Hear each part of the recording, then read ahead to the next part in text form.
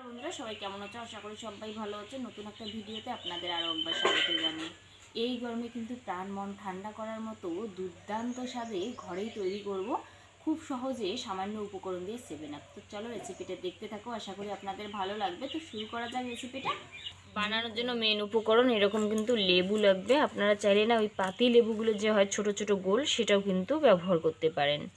তো লেবুটাকে আগে পরিষ্কার জলে ধুয়ে নিন।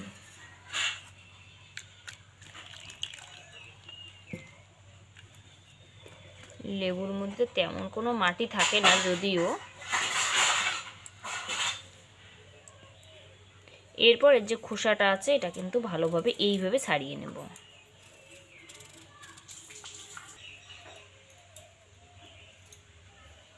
এর উপরে যতটা খোসা আছে আর কি, সবুজ অংশ সম্পূর্ণটা এইভাবে কিন্তু ছাড়িয়ে নেব। লেবুর খোসাটা কিন্তু ঠিক এইভাবে ছাড়িয়ে নিলাম। দেখুন এইখানটায় দুইটা যেহেতু লেবু আছে, তো লেবুর খোসা দুইটাই কিন্তু ভালোভাবে এইভাবে ছাড়িয়ে নেব।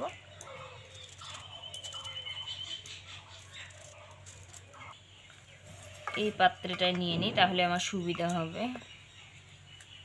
এই জায়গায় দিয়ে দেবো চিনি, বেশ অনেকটাই, কিন্তু যেটা ভালোভাবে এইভাবে কিন্তু মাখা লাগবে, যাতে লেবুর খোসাটা একটুখানি নরম হয় আর চিনিটা অল্প একটু গলে।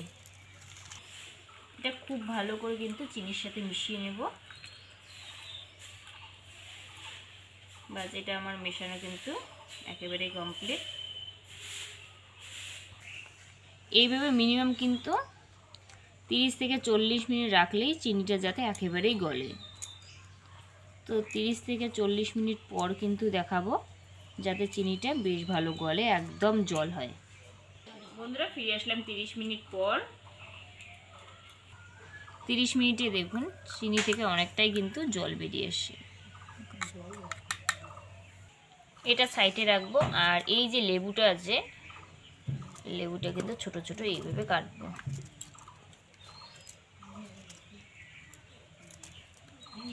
কাটার পরে এর থেকে জুসটা বের করে নেব।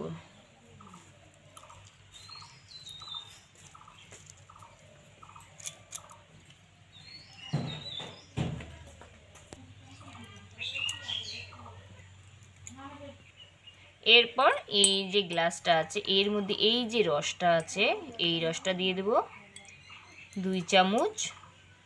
আর এই লেবু রসটা যে আছে সেটা কিন্তু দিয়ে দেব 1 চামচ। এরপর সাদা নুন দিয়ে দেব অল্প একটু, আর বিট নুন দিয়ে দেব জাস্ট অল্প একটু। এরপর এর সাথে জল মিশিয়ে দেব।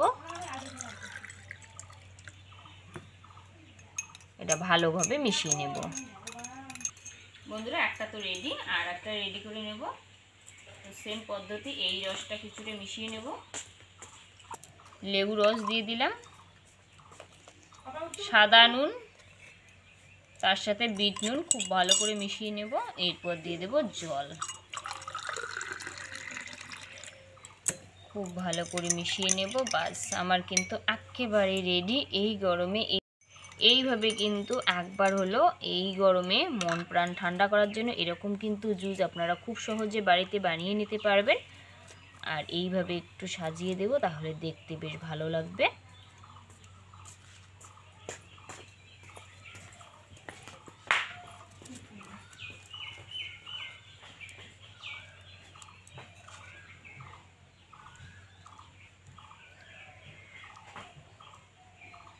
আমার কিন্তু এই জুসটা একেবারেই রেডি। একবার হলো এই গরমে আপনারা বানিয়ে কিন্তু ফ্রিজে রাখতে পারেন, বা কোনো আত্মীয় আসলে খুব সহজে লেবু থাকলে কিন্তু আপনারা সুন্দরভাবে এই জুসটা সার্ভ করতে পারেন।